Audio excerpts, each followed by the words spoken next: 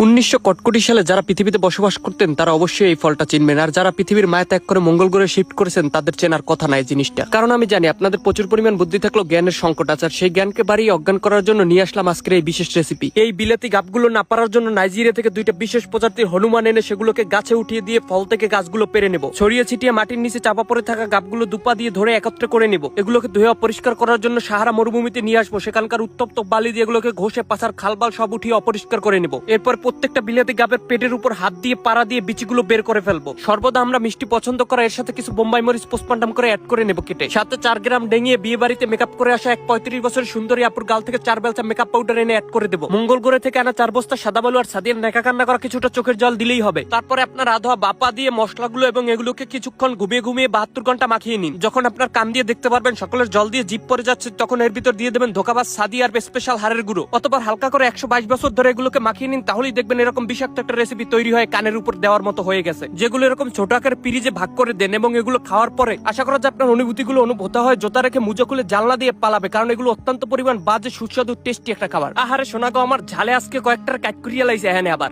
অস্থির স্বাদ। এই কালের মধ্যে খাই ঘুমাইতে হইবে, এক সাইড গরম হয়ে যায়। টাকা পড়তে আসছে রে, খাইছে রে। মানে এরকম খাও জীবনে চলে দেখিনি।